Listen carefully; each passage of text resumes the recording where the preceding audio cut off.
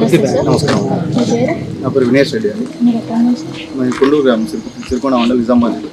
Okay, ఇప్పుడు parliament ఎన్నికలు వస్తున్నాయి కదా, మీరు ఏ పార్టీకి సపోర్ట్ చేయాలనుకుంటున్నారు? మేము బీఆర్ఎస్ అండి. ఎందుకని? ఎందుకంటే ఇప్పుడు మనం లాస్ట్ 10 years చూసినామండి బీఆర్ఎస్ ఏం చేసింది అనేది, కేసీఆర్ గారు ఏం చేశారని మనం చూసినాం. ఈ 100 రోజుల్లో ఇప్పుడు అంటారు కాంగ్రెస్కి టైం ఇవ్వలేరు, 100 రోజులు అవుతుంది. రాజశేఖర రెడ్డి గారు వాళ్ళు గెలిచినప్పుడు చెప్పారు, నేను గెలిచినాక ఫస్ట్ చేస్తా ఫ్రీ కరెంట్ అని.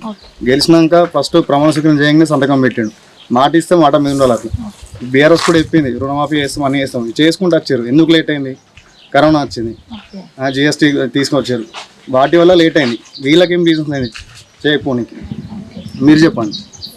వీళ్ళు ఇప్పుడు ఇన్ని చెప్పారు, ఏం చేస్తారు?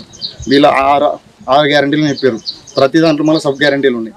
అందులో ఏవైతే తక్కువ ఖర్చుతో ఉంటాయో అవి చేస్తారు తప్ప పెద్ద పెద్ద అస్సలు ఇంపాక్ట్ చూపించి ఏవి వేయలేదు.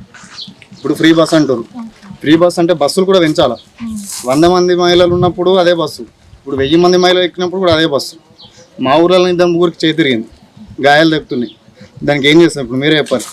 బీఆర్ఎస్ నుంచి ఇప్పుడు నేను మా ఇంట్లోకి చెప్పుకుంటే మా నాన్నమ్మకి పింఛన్ వచ్చింది, మాకు రైతు బంధు వచ్చింది, మా ఫ్రెండ్కి మా చుట్టా వాళ్ళకి యాక్సిడెంట్ అయినప్పుడు CMRF చెక్ వచ్చింది, ఫ్రీ కరెంట్ వచ్చింది. మాకు ఎన్నిసార్లు ఇప్పుడు కరెంట్ అదే తీసుకుంటే ఇప్పుడు ఇంత ఇబ్బంది అవుతుంది. మాకు బాజిరెడ్డి గారు ఉన్నప్పుడు మాకు చిన్న ఇష్యూ వచ్చిన మేము ఆడుకోయి లైన్ కూడా ఏమి ఉండదు. ఆ బుడ్డి తీసుకోవాలా, సార్కి ఫోన్ చేయాలా, సార్కి ఇట్లా ఉంది అంటే వెంటనే మాకు వితిన్ 1-2 daysలో మాకు మళ్ళీ ట్రాన్స్ఫర్ వస్తుండే. ఇప్పుడు పోతే ఎవరికి ఫోన్ చేయలేదు. ఇప్పుడున్న సార్కి ఫోన్ చేస్తేనేమో రెస్పాండ్ గారు. ఇప్పుడు వాళ్ళకి 100 రోజుల్లో మళ్ళీ ఇట్లా గెలాలన్న మోసే తప్ప ఏం చేద్దాం? ప్రజలు ఏ బాధలు ఉన్నా అన్న అది ఆలోచన లేదు, ఏం లేదు.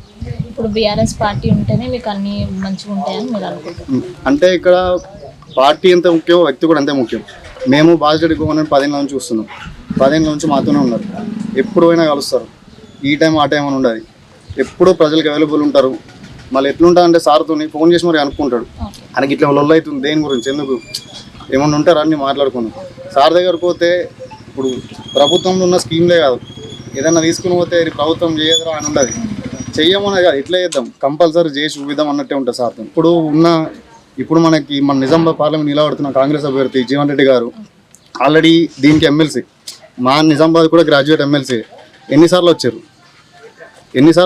ఇప్పుడు మన నిజామాబాద్ ఐటీ హబ్లో జాబ్ పడ్డది, ఆడికి ఎన్నిసార్లు వచ్చారు? ఏం చేశారు ఆడికి వచ్చి? ఇప్పుడు మాకు కూడా గ్రాడ్యుయేట్ ఎమ్మెల్సీ అంటే చదువుకున్న వాళ్ళ బాధలు ఇస్తుంది కదా, మరి ఇప్పుడు వచ్చారు ఏం చేశారు? ఇప్పుడు సార్ మంచోడే జీవన్ రెడ్డి గారు, ఏం కూడబెట్టుకోలేరు, బలిసిపోలేరు, పైసలు అది దాని గురించి కాదు. నాయకుడు ప్రజలకు రావాలా, మా బాధలు తెలుసుకోవాలా, చేయాలి. ఇప్పుడు కేసీఆర్ గారు ఉన్నాడు, ఇప్పుడు బర్రెలు అడిగారు, గొర్రెలు అడిగారు, చెరువులు ఇవ్వమని చెప్పారు. మాకేదైనా బాధలు ఇప్పుడు కేసీఆర్ గారు తెలంగాణ కోసం ఎంతో కోట్లాడారు, ప్రజల బాధలు అన్నీ తెలుసుకున్నారు. ఎట్లా చేస్తే ఇలా దిగిరితే పట్టుకొని ఒక్కొక్కటిని చేసుకుంటూ వచ్చారు.